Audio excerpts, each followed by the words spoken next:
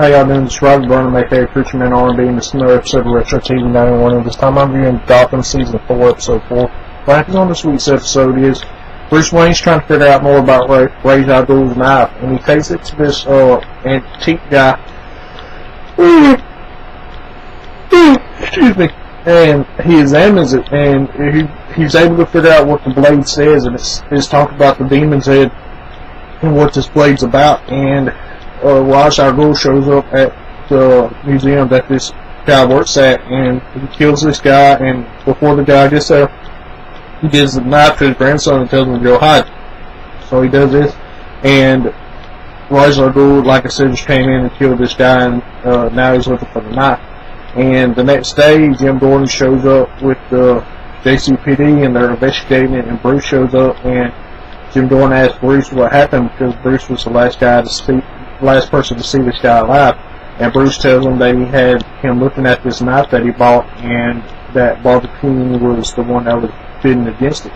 So Jim Gordon goes to talk to Barbara, and Jim Gordon finds out that Barbara was working for a client to try to get this knife. And Jim finds out that this client's Ra's al Ghul, and the reason he finds this out is because Ra's al Ghul goes to the precinct and says that he's an ambassador of Linda Parbat, and he wants this knife for his culture, and that way they can study it and do what they need to do with it. And Jim Gordon is trying to make him think that he has a knife, but Alfred Pennyworth comes in and punches Ra's al Ghul in the mouth, and then Ra's al Ghul disappears and goes after Bruce and this kid.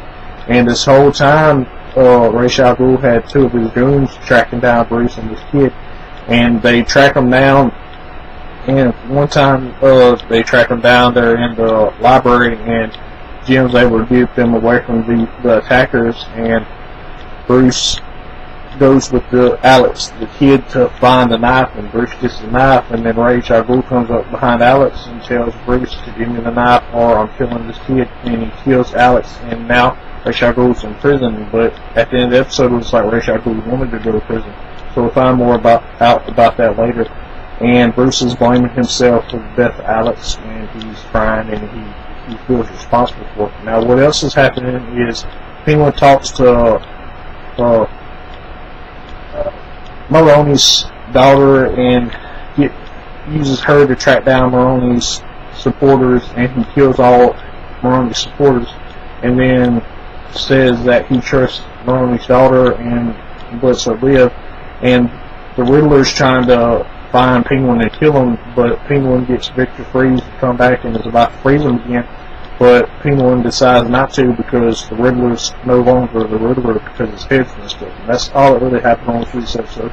My questions for y'all is, now that Ra's al Ghul is in prison, what's going to happen? As always, I'm going to be saying that. Thank you, y'all, for this episode of Retro TV 91. See y'all next time.